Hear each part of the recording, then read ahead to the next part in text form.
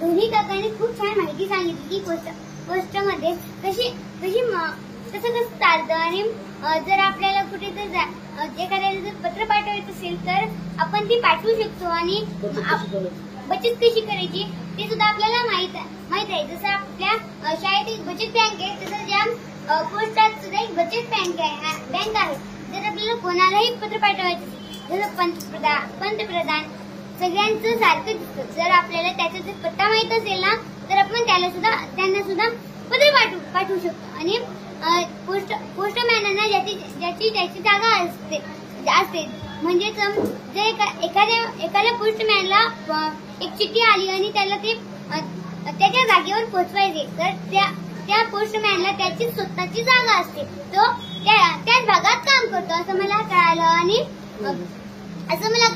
ह्या दोन्ही काकांनी आपल्याला खूप छान माहिती सांगितली आणि आज आपण विद्यार्थ्यांना असं संदेश दिला की आपण आतापासून बचत करायला पाहिजे. म्हणून मी या दोन्ही काकांचे खूप खूप आभार मानते. धन्यवाद.